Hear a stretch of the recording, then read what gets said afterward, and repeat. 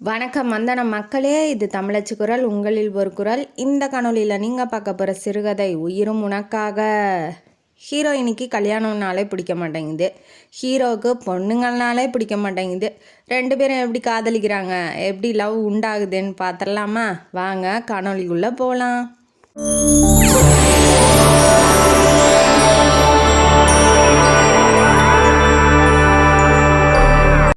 இந்த கதையோட ஆரம்பத்தில் முதல்ல ஹீரோயினியான நம்ம கமலி, காதல் கோட்டை படத்தில் தேவயானி பேர் இல்லையா, மங்களகரமாக ஆரம்பிப்போம். கமலியோட ஆரம்பிக்கிறாங்க ஆசிரியர்.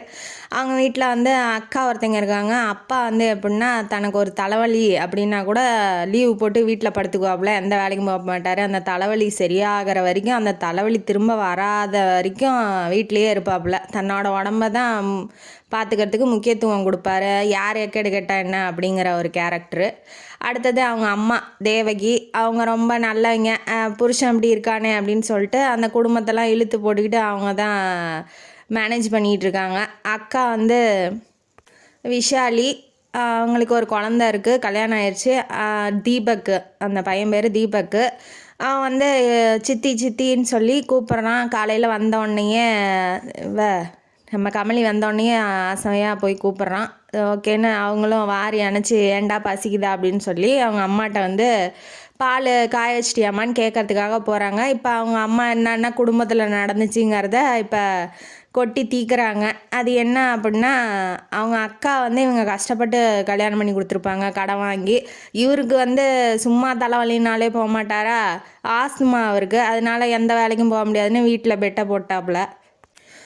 அவருக்கு மருந்து வாங்கணும், 2 பொண்ணுங்க வேறு இருக்குது, கல்யாணம் பண்ணி கொடுக்கணுங்கிறதுனால இந்த அம்மா டெய்லரிங் கற்றுக்கிட்டு இருப்பாங்க. அதனால் சின்ன சின்னதாக தைச்சி கொடுக்கறது, அப்புறம் அந்த அப்பெல்லாம் வடகம்லாம் போட்டு விற்கிறது, அந்த மாதிரி அவங்களாம் பண்ணி கொஞ்சம் கொஞ்சமாக நகை சேர்த்து வச்சு இப்போ நம்ம தான் கஷ்டப்படுறோம், அவளும் போய் கஷ்டப்படக்கூடாதுன்னு பெரிய பொண்ணு அந்த வைஷாலி இருக்கா இல்லையா, அவளை ஒரு கவர்மெண்ட் மாப்பிள்ளைக்கு கல்யாணம் பண்ணி கொடுத்துருப்பாரு. அவனுக்கு என்ன கேடு வந்துச்சோ தெரியல, குடிகாரனாக ஆயிட்டான். ஒன்றுமே சீட்டாடுறான், கெட்ட பழக்கம் இல்லாதே இல்லை. பொண்ணுங்கள்ட்டெல்லாம் போய் தப்பாக நடந்துக்கிறது, அந்த மாதிரிலாம் அவன் பண்ணிகிட்டு இருக்கிறதுனால இவளை அடித்து துரத்தி விட்டுட்டான். போய் உங்கள் வீட்டில் பணம் வாங்கிட்டு வா, போய் 1 லட்சம் வாங்கிட்டு வா அப்படின்னு சொல்லி வரதட்சணை மாதிரி கொடுமை மாதிரி துரத்தி விட்டுட்டான். அவனும் சரியில்லைங்கிறதுனால நம்ம தேவகி வருத்தப்படுறாங்க. அதாவது கமலியோட அம்மா வருத்தப்படுறாங்க. இப்படி ஆயிட்டா, அக்காவும் இப்படி ஆயிட்டா, புருஷங்காரன் இப்படி இருக்கான், ஏன் நிலமை இப்படி இருக்குது, உன்னை எப்படி கரை சேர்க்க போகிறோன்னு எல்லா அம்மாவும் புலம்புற மாதிரி அவங்களும் புலம்புறாங்க. இவளுக்கு இப்போ தான் ஜாபு கிடச்சிருக்கோம். இவள் கொஞ்சம் பிஎஸ்சி வரைக்கும் பண்ணியிருக்கா. இவளுக்கு இந்த இண்டஸ்ட்ரீஸ்லாம் போய் வேலை செய்கிறதுலாம் அத்துப்படி. பிஎஸ்சி இல்லை, பிகாம்னு நினைக்கிறேன். ஆமாம். அப்புறம் ஷார்ட் ஹேண்ட் படிச்சிருக்கா, டைப்ரைட்டிங்லாம் தெரியுங்கிறதுனால இவள் ஒரு ஆஃபீஸ் வேலைக்கு போகலாம். இப்போ தான் போய் இன்டர்வியூ முடிச்சுட்டு வந்திருக்கா, அதனால் வேலை கிடச்சிருச்சு. அவன் என்ன சொல்கிறா, நான் பார்த்துக்கிறேன், அக்காவையும் பார்த்துக்கிறேன், உன்னையும் பார்த்துக்கிறேன், நீ கஷ்டப்பட வேணாம் இனிமேட்டு அப்படின்னு சொல்லி அம்மாவுக்கு ஆறுதல் சொல்லிட்டு நம்ம கமலி மேடம் ஆஃபீஸுக்கு கிளம்பி போகிறாங்க. இப்போ நம்ம ஹீரோவோட இன்ட்ரடக்ஷன். ஹீரோ பேர் கௌஷிக் வர்மா. ஹீரோ பேர் கௌஷிக் வர்மா. அவர் வர்மா குரூப்ஸ்ன்னு நிறையா வச்சுருக்காப்புல. இண்டஸ்ட்ரீஸு, பில்டர்ஸு, அந்த மாதிரி நிறையா கம்பெனிஸ் வச்சு மெயின்டைன் பண்ணிகிட்ருக்காரு. அவர் ரொம்ப பணக்காரரு. அவங்க வீட்டில் அவங்க அம்மா இல்லை. அவங்க அம்மா ரொம்ப அன்பானவங்க. அவங்க அப்பா விஷ்ணு வர்மா. அவர் என்ன பண்ணிட்டாரு, அவங்க அம்மா உயிரோடு இருக்கும்போது அவங்க தங்கச்சி, சொந்தக்காரங்க தங்கச்சி, சித்தி தானே இவனுக்கு, யார் நம்ம கௌஷிக் வர்மாவுக்கு சித்தி அப்படிங்கிற தூரத்து சொந்தத்தில் ஒரு லேடியை கூட்டிகிட்டு வீட்டில் வச்சு பாவம்னு, அவன் புருஷன் இல்லை, கல்யாணம் ஆகலை, அதனால் பாவம்னு சொல்லி சோறு போட்டு வளர்த்திக்கிட்டு இருந்தாங்க. அந்த அந்த சித்தியோட பேர் மரகதம். அவன் என்ன பண்ணியிருக்கா, இவர் கௌஷிகோட அம்மாவுக்கு உடம்பு சரியாமல் செத்த உடனே இது தாண்டா சான்ஸுன்னு சொல்லிட்டு அந்த விஷ்ணு வர்மாவை கைக்குள்ளே போட்டுக்கிட்டு கல்யாணம் பண்ணிக்கிட்டா. சொல்லவே தேவையில்ல, பணத்துக்கோசரம் கல்யாணம் பண்ணிக்கிட்டா. அது நல்லா அனுபவிக்கிறா, ஆடம்பரமாக எல்லாம் பண்ணுறா. இவனுக்கு அம்மா இல்லையா, அதனால் இவன் தனிமையாக ஆகிட்டான். அந்த ஆளும் அந்த பொம்பளையோட சேர்ந்துக்கிட்டு கூத்தடிக்கிறான்னு, அதனால் இவனுக்கு அம்மா அப்பா அப்படிங்கிற ஒரு பாசமே இல்லாமல் வளர்ந்துருக்காப்புல. அப்புறம் இப்போ இந்த சித்திக்காரியை பார்த்ததுனால பணத்துக்காக லேடிஸ்னால் என்ன வேணாலும் பண்ணுவாங்க, பொம்பளைங்கனாலே அப்படி தான் மோசமானவங்க அப்படின்னு சொல்லி அவனோட மனசில் ஒரு கெட்ட எண்ணம் வந்திருக்கு. அதை மாற்றுறதுக்காக எந்த பொண்ணும் வரல. நம்ம ஹீரோயினியை பார்த்தா என்ன நடக்குன்னு பார்க்கலாம். இப்போ இவர் அதை நினச்சிக்கிட்டு அவருக்கு ஒரு தம்பி இருக்குது, அந்த மரகதம் இருக்கா இல்லையா சித்திகாரி, ஒரு தம்பி, அதாவது ஒரு பையனை பெற்று வச்சுருக்கா. அந்த பையன் பேர் வந்து தீபக் வர்மா. இவர் கௌஷிகா, அவர் தீபக்கு. அவன் என்னன்னா ஊரில் இருக்க எல்லா கெட்ட பழக்கமும் அவன்கிட்ட இருக்குது. ஆனால் நம்ம கௌஷிக்கு அந்த மாதிரி கெட்ட பழக்கம்லாம் கிடையாது. ரொம்ப நல்ல பையன். இவன் நல்லா தாராளமாக செலவு பண்ணுறது, இவன் சம்பாதிக்கிறது அவன் செலவு பண்ணுறது. அதான் அண்ணன் சம்பாதிக்கிறான், தம்பி செலவு பண்ணுறான், ஜாலியாக இருக்கான். பொண்ணுங்க கூட சீட்டு விளாட்றது, பத்தாவதுக்கு மாடலிங்னு பேரில் பொண்ணுங்க கூடலாம் போய் தப்பாக இருந்துட்டு வர்றது, அந்த மாதிரி விஷயம்லாம் அவன் பண்ணிக்கிட்டு இருக்கான். ஒன்றும் கண்ட்ரோல் பண்ண முடியாது. ஏன்னா பணம் இருக்குது, என்ன வேணாலும் செஞ்சுக்கலாம். அவனை கேள்வி கேட்க ஆள் இல்லை. இப்போ அவங்க அப்பா என்னன்னா இந்த விஷ்ணுவர்மா இருக்கான் இல்லையா, அவன் இப்போ எப்படி ஆகிட்டான்னா பக்கவாதத்தில் படுத்துட்டான். இப்போ படுத்தோன்னே அவனை பார்த்துக்காம இந்த பொம்பளை, இந்த மரகதம் இருக்கா இல்லையா, அவன் என்ன பண்ணுறா, போய் மாதர் சங்கம் ஊர் ஊராக சுற்றுறது, கிளப்புக்கு போகிறது, பார்ட்டிக்கு போகிற வேலையெல்லாம் வச்சுக்கிட்டு அவனை கவனிக்கிறதில்ல. இப்போ தான் அவனுக்கு உரைக்குது, ஒய்ஃப் இல்லையே அப்படின்னு சொல்லிட்டு. இது வந்து காலம் கடந்த கவலைன்னு தான் நான் சொல்லுவேன். இருக்கும்போது மதிக்கலை, இல்லைன்னா இப்போ தெரியுதில்ல அவங்க அருமை, இருக்கும்போது யாருமே மதிக்க மாட்டாங்க. அந்த மாதிரி தான் அவன் நிலமை. இப்போ இவர் இதெல்லாம் வீட்டில் நினச்சிக்கிட்டு, வீட்டில் நடக்கிறது இந்த மாதிரி ஆளுங்க இருக்கிறதெல்லாம் நினச்சிக்கிட்டு கார் ஓட்டிகிட்டு வராப்புல. அவருக்கு ரொம்ப கஷ்டமாக இருக்குது. எத்தனை நாளைக்கு ஃப்ரஸ்ட்ரேஷனாக இருக்காப்புல, எத்தனை நாளைக்கு இருக்க முடியும். அப்படியே ஒரு மாதிரியாக ஆகி மயக்கம் வர மாதிரி ஆயிடுது. கார் போய் மோதிடுது, ஒரு டிரான்ஸ்ஃபார்மர் மேலே மோதிட்டு இவருக்கு வந்து அடிபட்டுருது. ஆக்சிடெண்ட் ஆகி பிளட்டு ரொம்ப நிறையா லாஸ் ஆகுது. ஹாஸ்பிட்டலுக்கு கூட்டிகிட்டு போகிறாங்க. இந்த பக்கம் நம்ம கமலி வந்து ஆஃபீஸுக்கு வந்துட்டா. மேனேஜர் என்ன சொல்கிறாப்புல, இன்றைக்கி வந்து நம்ம கௌஷிகோட கம்பெனி தான் அது. அவர் தான் வந்து இப்போ புதுசாக ஆள் எடுத்திருக்காங்க இல்லையா, அவங்களுக்கெல்லாம் ட்ரைனிங் கொடுக்கணும், அவங்களெல்லாம் இன்ட்ராக்ட் பண்ணணும், என்னென்ன திறமை இருக்குது அப்படின்னு சொல்லிட்டு அவர் தான் வந்து பார்ப்பார். இப்போ வந்து அவருக்கு தான் ஆக்சிடெண்ட் ஆயிடுச்சுல, அவர் வருவார்னு இப்போ இங்கே எல்லாம் ஆஃபீஸில் வெயிட் பண்ணிகிட்டு இருக்காங்க, கமலி உட்பட. அது மத்தியானத்துக்கு மேலே ஆகுது, ஒன்றும் தகவல் வரல. இப்போ கமலியோட ஃபோனுக்கு ஒரு ஃபோன் கால் வருது. நாங்கள் பிளட் பேங்க்லேருந்து பேசுகிறோம், இந்த மாதிரி பிளட்டு தேவைப்படுது உங்களோடது, 4 பேர்த்துக்கிட்ட தான் இருக்குது. அது ஒரு நெகட்டிவ், ஏபி நெகட்டிவோ பி நெகட்டிவோ அந்த குரூப்பு ரத்தம். நீங்கள் வந்து உடனே வாங்க, 3 பேர் ஊரில் இல்லை, நீங்கள் மட்டும்தான் இருக்கீங்க, கொஞ்சம் வாங்க உடனே அப்படின்னு சொல்லி கௌஷிக் அங்கே இருக்கான் இல்லையா, அவனுக்கு பிளட்டு தேவைப்படுது. அவன் தான் தெரியாமல் இவ இப்போ பிளட்டு கொடுக்க போகிறா. மேனேஜர்கிட்டலாம் பர்மிஷன் வாங்கிட்டு இவ பிளட்டு கொடுத்துட்டு போகிறா. இப்போ டாக்டர் கூப்பிட்டு சொல்கிறாங்க, நீ ஒரு தடவை சொல்லிடுமா, நான் தான் பிளட்டு கொடுத்தேன்னு வேணால் போய் சொல்லு அப்படின்னு சொல்லி சொல்கிறாங்க. யாருக்கிட்ட, அந்த கௌஷிகோட குடும்பம் வெளியில் நிற்கிது இல்லையா, அந்த சித்திகாரி, அவன் தம்பி, அவங்க அப்பா, அவங்கள்ட்டலாம் போய் சொல்லு அப்படின்னு சொல்லி சொல்கிறாப்புல. வேண்டாம் வேண்டாம், இதே நான் வந்து உதவி தான் செய்கிறேன், ஒன்றும் தம்பட்டம் அடிச்சிக்கல, எனக்கு தேவையில்ல, நான் கிளம்பிக்கிறேன் அப்படின்னு சொல்லிட்டு இவ கிளம்பிடுறா. ஆனால் அவளை பற்றி டாக்டர் வந்து நம்ம கௌஷிக்கிட்ட சொல்லியிருப்பாங்க, அவள் பேர் கமலி, அவள் வந்து கொடுத்ததுனால தான் நீங்கள் இப்போ உயிரோட, ரத்தம் கொடுத்ததுனால தான் உயிரோடு இருக்கீங்க அப்படின்னு சொல்லி அவளை வந்து பெருமையாக பேசியிருப்பார். இவனுக்கு என்னன்னா, சித்தி மாதிரியே நிறையா சித்தியவே பார்த்த அந்த பொம்பளையே பார்த்ததுனால, இப்படி கூட லேடிஸ் இருக்காங்களா, நல்லது பண்ணிட்டு முகத்தை கூட காமிக்காமல், பணத்துக்கு ஆசைப்படாமல் இப்படி உடனே போயிட்டாலே, பரவாயில்லையே, அவள் நல்லவளாக இருக்கணும் அப்படின்னு சொல்லி நினைக்க ஆரம்பிக்கிறான். ஏன்னா இப்போ ஒருத்தர் பணக்காரங்களாம் இருக்கான், அவன்கிட்ட வந்து பிளட்டு கொடுத்துருக்கேன், பணம் கொடுன்னு கூட கேட்கலாம் தான். ஆனால் அவள் அதை பற்றி எதுவுமே கேட்டுக்கல இல்லையா, அதனால அவன் மனசில் வந்து அவள் பெரிய ஆளாக இருக்கான்.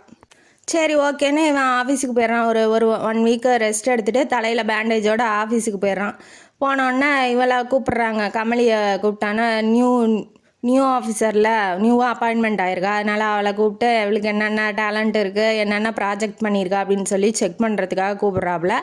இவளும் போய் எப்போதான் இவனுக்கு தான் பிளட்டு கொடுத்தனா அவளுக்கு தெரியாது, அதனால் அவள் போய் ஐம் கமலி சார், நான் வந்து நியூவாக அப்பாயின்மெண்ட் ஆகிருக்கேன், இந்த மாதிரி இருந்தாங்க என் ப்ராஜெக்ட்டு, நீங்கள் படித்து பார்த்துட்டு ஓகேன்னா சொல்லுங்கள் அப்படின்னு சொல்லி சொல்லும் போது அவனுக்கு இந்த கமலிங்கிறது நம்மளுக்கு பிளட்டு கொடுத்த பேராச்சே, ஒருவேளை இவ வந்து அவளாக இருப்பாளோ அப்படின்னு சொல்லி நினைக்கிறான். அவள் பார்க்கவும் அழகாக இருக்காள, அதனால் இவளாக இருந்தால் கூட நல்லா இருக்கும். ஏன்னா முகத்தில் அன்பு, பாசம், இறக்கம் எல்லாமே இருக்குது. பார்த்தோன்னா அவனுக்கும் பிடிச்சிருக்கு. இவர் சரி ஓகேம்மான்னு சொல்லிட்டு அவளை சொல்லிடுறாங்க. சொல்லிட்டு ப்ளட்டு கொடுத்த கமலியோட அட்ரஸ் வாங்கி வச்சுருப்பான் இப்போ போய் தேங்க்ஸ் சொல்கிறதுக்காக. அதனால் இவன் கிளம்பி உடனே கமலியோட வீட்டுக்கு போகிறான். வீட்டுக்கு போனால் தேவகி தானே இருப்பா. தேவகி இருந்துட்டு மோர் கொண்டாந்து கொடுக்குறா.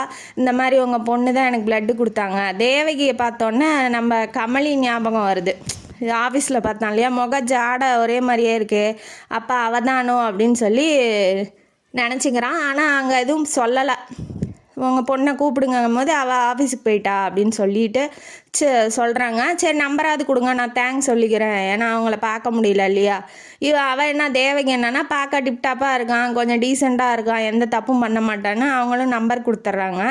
இவன் வெளியில் வந்துட்டு ஃபோன் பண்ணும்போது ஹலோ சார் சொல்லுங்கள், ப்ராஜெக்டில் ஏதாவது தப்பு இருக்கா அப்படின்னு சொல்லி கேட்கும் போது தான் இவ தான் அந்த கமலி அப்படின்னு சொல்லி அவனுக்கு உறுதி பண்ணிக்கிறான்.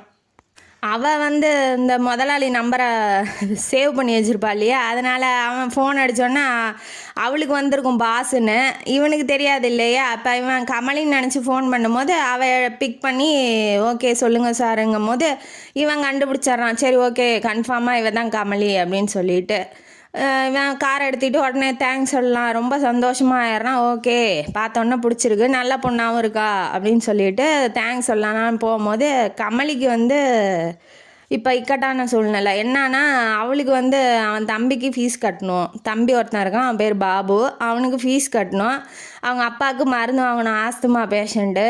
இப்போ அவங்க அக்காவுக்கு வர இப்போ காசு கொடுத்தாகணும், வீட்டு செலவெல்லாம் பண்ணணும். பாவம் அந்த அம்மா ஒருண்டியாக என்ன கஷ்டப்படுமே அப்படின்னு சொல்லிட்டு தன்னோட கழுத்தில் இருக்கிற செயினை போய் அடகு கடையில் வைக்கிறதுக்கு போகிறா லன்ச் டைமில். ஏன்னா மறுநாள் ஃபீஸ் கட்டணுங்கிறதுனால. இப்போ போயிட்டு வரும்போது இவன் நம்ம கௌஷிக் பார்த்துட்றான், இவையே அடகு கடையிலேருந்து வரா, வீட்டுக்கு கஷ்டமாட்டேங்குது அப்படின்னு சொல்லிட்டு நினச்சிக்கிறான். ஆனால் அங்கே எதுவும் பேசலை. கமலி வர சொல்லிவிட்டு நீங்கள் கொடுத்த பிளட்டுனால தான் நான் உயிரோடு இருக்கேன், உங்களால் தான் இந்த உயிரே இருக்குது அப்படின்னு சொல்லி அவன் சொல்லும் போது நம்ம கொடுத்த பிளட்டு இருக்குதானா, ஓகே சார், யாருக்காக இருந்தால் என்ன, பணக்காரங்க ஏழையாக இருந்தால் என்ன, உயிரை காப்பாற்றுறது ஒரு நல்லது தானே, அந்த நல்லது செஞ்சதில் எனக்கு ரொம்ப சந்தோஷம் சார் அப்படின்னு சொல்லிட்டு சொல்கிறா. இப்போ நம்ம தான் தெரிஞ்சும் கூட அவள் எந்த ஹெல்ப்பும் நம்மள்ட்ட கேட்கல. அப்படிங்கும் போது அவனுக்கு அவன் மேலே ரொம்ப நல்ல அபிப்பிராயம் வருது. இப்போ என்ன பண்ணுறான், செக்கு ஒரு 50,000 செக் எழுதி நீட்டுறான், அங்கே வச்சுக்கோங்க அப்படின்னு சொல்லிட்டு. அவளுக்கு ரொம்ப அவமானமாக ஆயிடுது. ஏழைங்கள்ட்ட என்ன இருக்கோ இல்லையோ தன்மானம் இருக்கும் இல்லையா, அதனால் அவளுக்கு ரொம்ப இந்த செக்குக்காக நான் ஒன்றும் அவங்க பிளட்டு கொடுத்து உங்களை காப்பாற்றலை, நீங்கள் யாருன்னு கூட தெரியாமல் தான் நான் உங்களை காப்பாற்றினேன் அப்படிங்கிற மாதிரி அவள் முறைக்கிறா. அவன் சொல்லலை, முறைச்சோன்னா இவன் பயந்துக்கிறான், ஐயோ நம்ம எதாவது தப்பு பண்ணிட்டோமோ அப்படின்னு சொல்லிட்டு அவன் என்ன சொல்கிறான், தாங்க வச்சுக்கோங்க, உங்களுக்கு கஷ்டமாக இருக்குன்னு எனக்கு தெரியுது, வீட்டில் சூழ்நிலை அப்படி இருக்குன்னு எனக்கு புரியுது, அதனால் நீங்கள் வச்சுக்கோங்க, மாதம் வேணால் சம்பளத்தில் கழிச்சிக்கலாம் அப்படின்னு சொல்லிட்டு கொடுக்கும்போது அவளுக்கு கஷ்டமாக தான் இருக்குது, இருந்தாலும் வாங்கிட்டு அவள் போயிடுறா. அவங்க வேலையை பார்க்குறாங்க. ஒரு 1 வீக் ஆகுது. அப்புறம் ஒரு அம்மா உங்களை பார்க்கணுன்னு சொல்கிறாங்க, உங்கள்கிட்ட நன்றி சொல்லணும்னு சொல்கிறாங்கன்னு கௌஷிக்கு மேனேஜர்கிட்டருந்து ஃபோன் வருது. சரி வர சொல்லுங்கள், நமக்கு எதுக்கு தேங்க்ஸ் சொல்லணும் அப்படின்னு சொல்லிட்டு உள்ளே கூப்பிட்றாப்புல. அந்த அம்மா நீங்கள் கொடுத்த பணத்தானால தான் என் பையன் உயிரோடு இருக்கான், ஹார்ட் பேஷண்ட்டு, அவனுக்கு ஆப்ரேஷன் பண்ணால் நீங்கள் தான் உதவி இருக்கீங்க, ரொம்ப நன்றி சார்.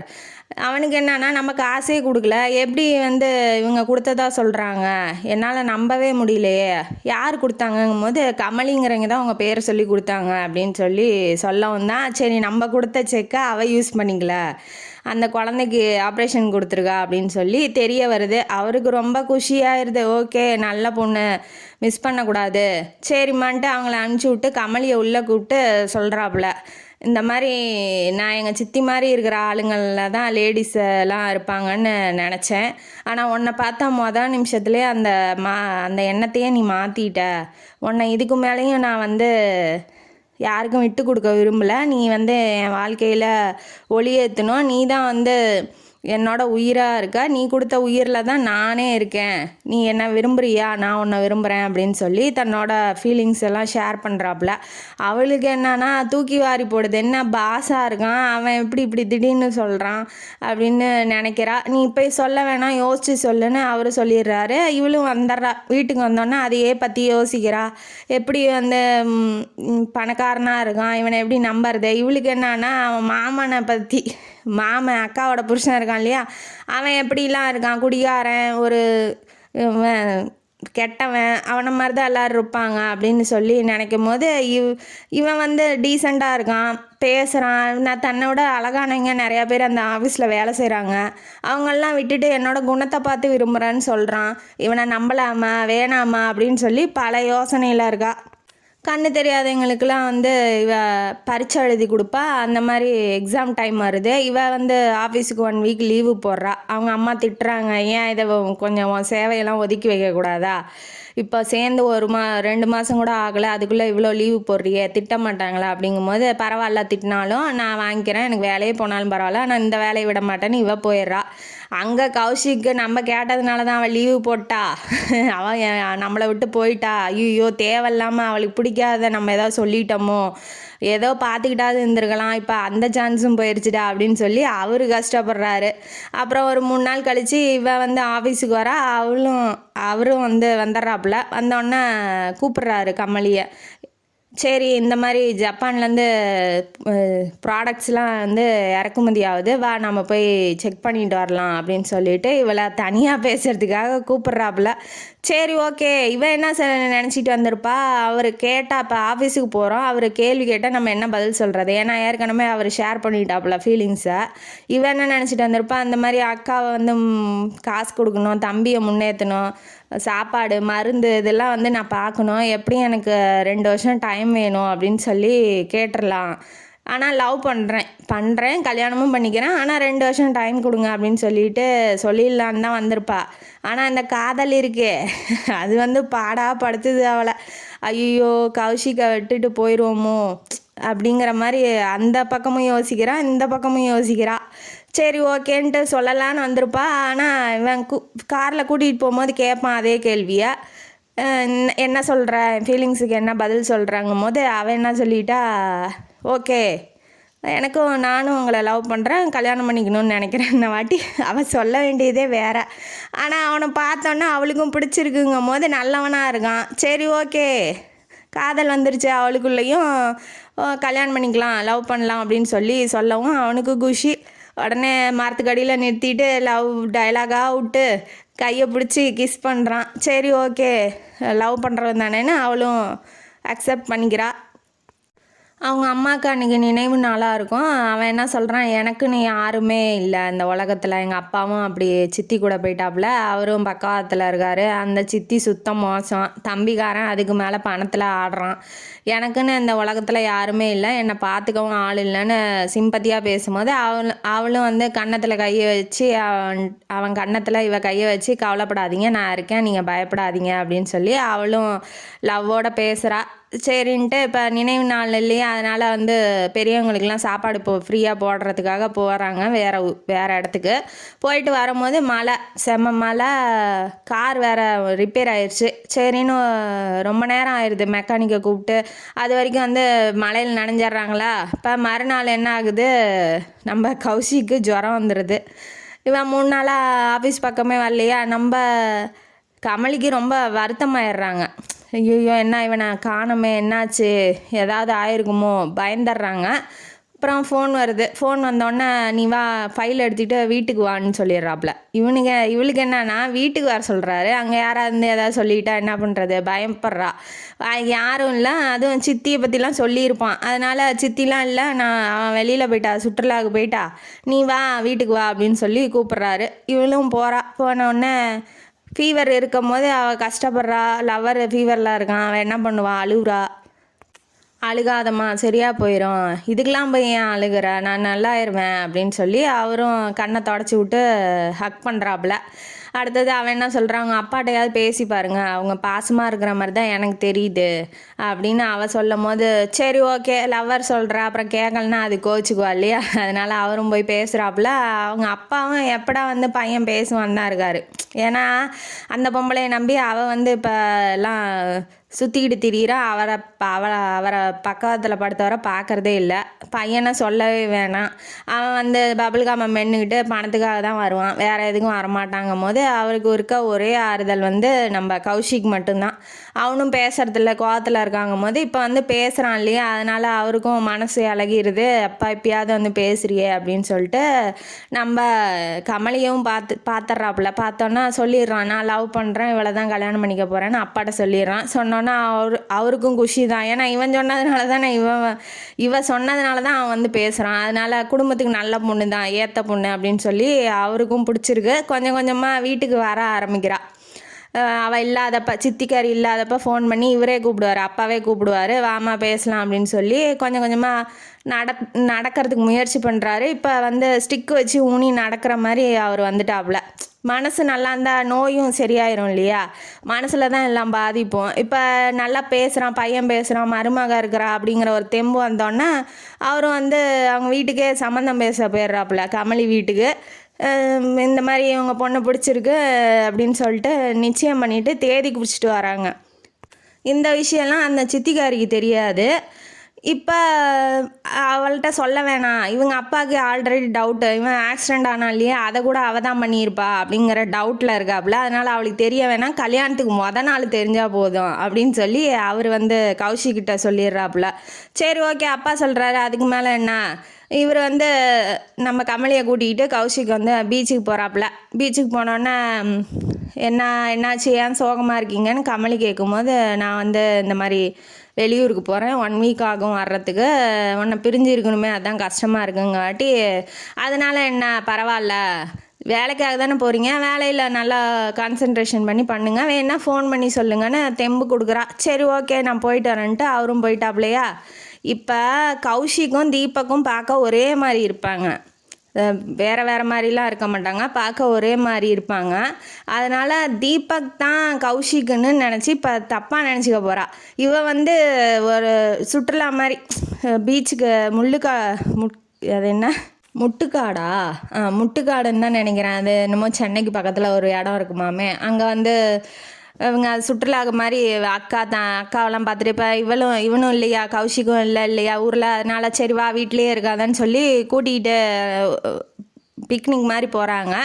போயிட்டு அங்கே இருக்கும்போது அவன் என்ன பண்ணியிருக்கான், அந்த தீபக்கு ஒரு 4-5 பொண்ணுங்களோட கப்பலில் உலா வந்திருக்கான். அதை பார்த்துட்டு இவன் என்ன நினச்சிருக்கா, ஐயோ கௌஷிக் நம்மளை ஏமாற்றிட்டாரு, பொண்ணுங்களோட திரியிறாரு, இந்த பணக்காரங்களே இப்படி தான் அப்படின்னு சொல்லி அவளை பார்த்துட்டு பார்க்காத மாதிரி. அவனுக்கு இவ யாருன்னே தெரியாது, தீபக்குக்கு கௌஷிக் தான் லவ் பண்ணுறாப்புல. இவ தப்பாக நினச்சிக்கிட்டு பார்த்துட்டு வேற இவன் வந்து முறைச்சிட்டு போகிறான், நம்மளை அவளை கேவலமாக பார்க்குறான். அதனால இவன் லவ்வு கல்யாணம் எல்லாமே ட்ராப் பண்ணிடலாம் அப்படின்னு சொல்லி முடிவோட வீட்டுக்கு வராங்க. அம்மா சொல்கிறாங்க, அவசரப்படாத, வரட்டும் மாப்பிள்ளை வரட்டும். அவன் மாப்பிள்ளை கிப்பிளெல்லாம் கிடையாது, அவ்வளோதான், அவன் வேறு பொண்ணோட சுற்றுறான், அவனை போய் மாப்பிள்ளைங்கிற அதெல்லாம் முடியவே முடியாது அப்படின்னு சொல்லி இவ வீட்டில் ஒரே அடமெண்ட்டு. அவன் ஊர்லேருந்து வந்துடுறான்.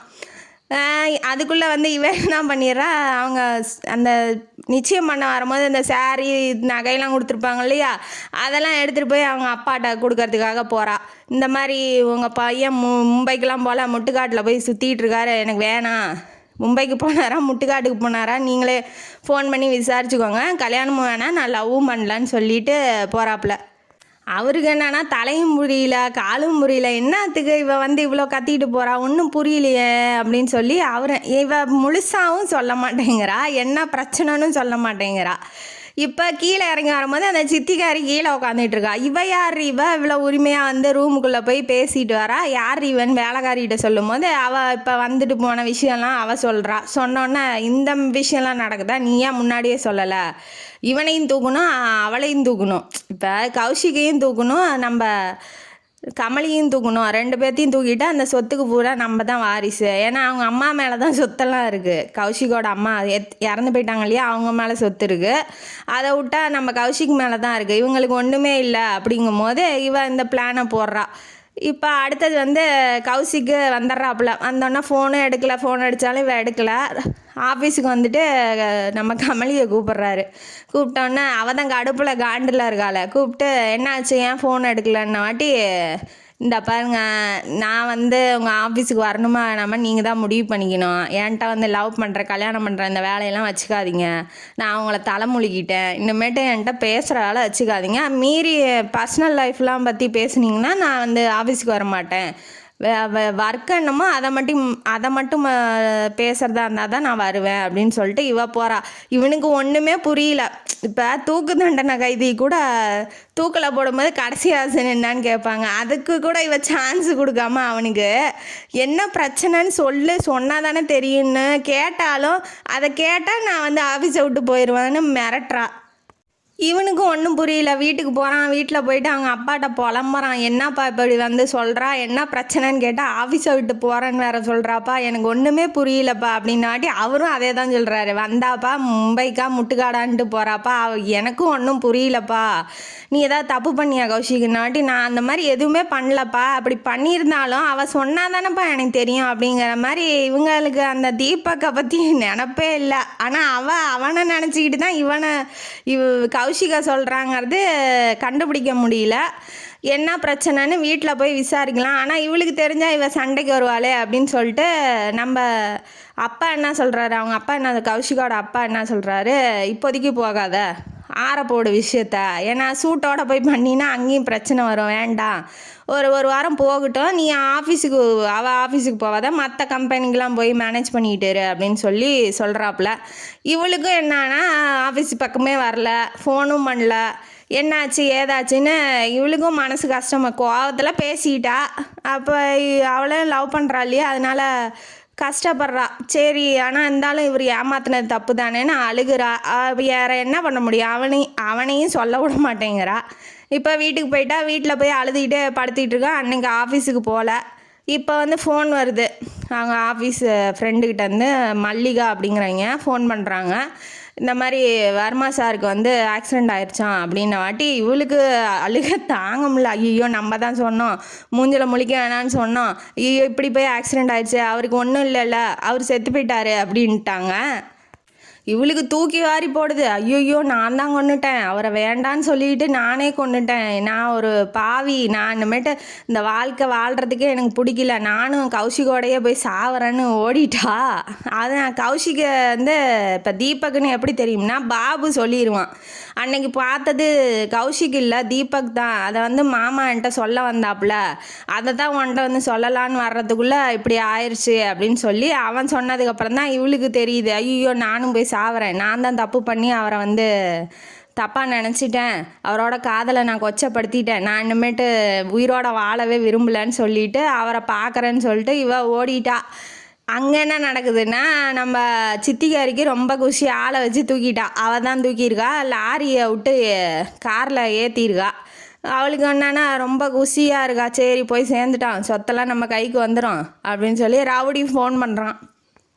மேடம் நீங்கள் சொன்ன மாதிரியே அந்த ப்ரௌன் கலர் காரை தூக்கிட்டேன், இனிமேட்டு நீங்கள் பார்த்து பண்ணுங்க அப்படின்னாட்டி, நீ ஊருக்கு போடா, இந்த பக்கம் வந்துடாத, ஒரு வருஷம் கழிச்சு வா, அதுக்கு தேவையான காசை வந்து நான் அனுப்பிச்சி விட்றேன் அப்படின்னு சொல்லிட்டு இவ இப்போ நடிக்கணும்ல, போய் அழுகிற மாதிரி நடித்தா தானே இவன் மேலே சந்தேகம் வராது. அதனால் போய் நடிக்கிறா ஹாஸ்பிட்டலில். ஐயோ போச்சேன்னு கத்துனோடனே அங்கேருந்து தீபக் வரோம். வந்தோடனே பாடுறா, தீபக்கு உங்கள் அண்ணன் போயிட்டான்டா நம்மளெலாம் விட்டுட்டு அப்படின்னு. தீபக் என்ன சொல்கிறான், நான் தீபக் இல்லை, நான் தான் கௌஷிக்கு, அங்கே செத்து போனது உங்கள் மகன் தீபக் தான் வாட்டி தான் அவளுக்கே தூக்கி வாரி போடுது தான் ட்விஸ்ட்டு. அங்கே செத்து போனது நம்ம தீபக்கை கொலை பண்ண சொன்னது அவங்க அம்மா மரகம் தான். இப்போ 2 பேர்த்துக்கும் அதான், எவன் ஆப் அடிக்கிறானோ அவனுக்கே ரிவீட்டு ஆப் அடிச்சுட்டான் ஆண்டவன். இப்போ நல்லது நினச்சா நல்லது நடக்கும், கெட்டது நினச்சா இல்லையா, அதனால கெட்டது தான் நடந்திருக்கு அப்படின்ன வாட்டி அவள் இன்னும் கொஞ்சம் அழுகுறா. ஐயோ உன் சாவுக்கு நானே காரணமாயிட்டனே அப்படின்னு சொல்லிட்டு அழுகுறா. இப்போ இங்கேருந்து ஓடி வர்றா இல்லையா நம்ம ஹீரோயினி கமலி. ஐயோ கௌஷிக் வாட்டி கௌஷிக் பார்த்தோன்னா என்னாச்சு கமலி, ஏன் அழுகுற அப்படின்ன வாட்டி, இவன் என்ன கமலிங்கிறான், அப்போ இவன் உயிரோட தான் இருக்கான், அப்போ உள்ளே செத்து போனது யாரான்னு வாட்டி என் தம்பி தீபக்குன்னு வாட்டி தான் அப்பாடான்னு சந்தோஷம் வருது. இப்போ கூட பொழைச்சதுக்கு யார் காரணம்னா நம்ம கமலி தான் காரணம்னு சொல்கிறான். ஏன்னா என்ன பிரச்சனைன்னு சொல்லி பாபுக்கிட்ட கேட்டு தெரிஞ்சிருப்பான் நம்ம கௌஷிக்கு. இந்த பிரச்சனை தானே அவன்கிட்ட சொல்லிட்டு நம்ம கமலியை மீட் பண்ணலான்னு வீட்டுக்கு வந்திருப்பாப்புல. வீட்டுக்கு வரும்போது தான் கார் எடுக்கலாம், ப்ரௌன் கலர் காரை எடுக்கலான்னு போகும்போது நம்ம தீபக் வந்து எடுத்துகிட்டு போயிருப்பான். அதனால் இவர் போய் பீச்சில் உட்காந்துருப்பாப்புல. நம்ம இப்போ எங்கே போகிறது, அவட்ட பேசிக்கலாம், நாளைக்கு பேசிக்கலாம், இன்றைக்கி வேண்டாம் அப்படின்னு சொல்லிட்டு பீச்சில் உட்காந்து ஃபீல் பண்ணிகிட்டு இருப்பாப்புல. அப்போ தான் ஃபோன் வந்திருக்கும் இந்த மாதிரி செத்து போயிட்டாங்கன்ட்டு. அப்போ அதனால் இப்போ என்ன சொல்கிறாரு, ஒன்னால தான் வந்து நான் பீச்சில் போய் உக்காந்து சோகமாக இருந்தேன், அதனால தான் நான் வந்து போகவும் இல்லை, உங்கள் வீட்டுக்கும் வரல அப்படின்னு சொல்லிட்டு, இப்போ உயிரை காப்பாற்றினது கூட நீ தான் அப்படின்னு சொல்லி அவளை வந்து ஹக் பண்ணுறாப்புல. கண்ணு தண்ணியை தொடச்சி விட்டு கவலைப்படாத, நான் இருக்கேன், பயப்படாத அப்படின்னு சொல்கிறாப்புல. அவளுக்கும் ரொம்ப சந்தோஷமாக இருக்குது. லவ்வர் எப்படியோ உயிரோடு இருக்கான்ல, இனிமேட்டு சந்தேகப்பட மாட்டா. இவங்க இனிமேட்டு நல்லா வாழுவாங்கன்னு நினச்சிட்டு இந்த கதையை இதோட முடிப்போம். இந்த கதையிலேருந்து நமக்கு என்ன தெரியுது, கண்ணால் பார்க்குறது எல்லாமே உண்மை இல்லை, காதால் கேட்குறது எல்லாமே உண்மை இல்லை. முதல்ல விசாரிங்க, ஆப்போசிட்டில் இருக்கவங்களுக்கு சான்ஸு கொடுங்க பேசுகிறதுக்கு. நீங்கள் நினைக்கிறதே எல்லாம் ரைட்டுன்னு நினைக்காதீங்க அப்படின்னு நம்ம ஆசிரியர் நமக்கு சொல்ல வராரு. இந்த கதையும் காணொலியும் உங்களுக்கு பிடிச்சிருந்தா லைக் பண்ணுங்கள், ஷேர் பண்ணுங்கள், சப்ஸ்கிரைப் பண்ணுங்கள், கமெண்ட் பாக்ஸில் கமெண்ட் பண்ணுங்கள். நன்றி மக்களே.